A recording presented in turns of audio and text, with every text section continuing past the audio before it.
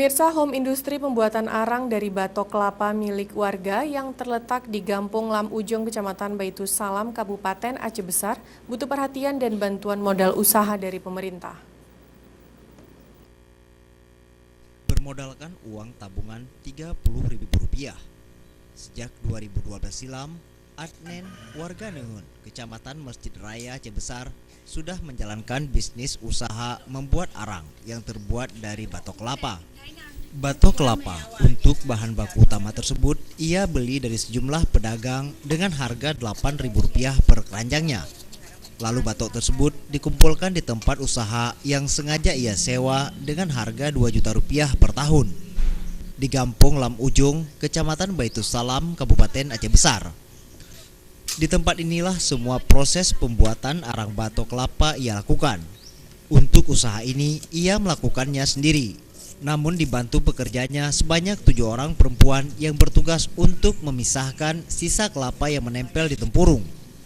Ia mengeluarkan kocek sebesar Rp150.000 per hari untuk upah pekerjanya, belum termasuk ongkos tukang bakar dan sopir antar jemput yang mengumpulkan batok dari penjual di pasaran. Menurut Adnen, usaha yang telah ia rintis tersebut memiliki pangsa pasar yang tinggi, dan selama ini arang yang ia produksi dikirim ke Medan.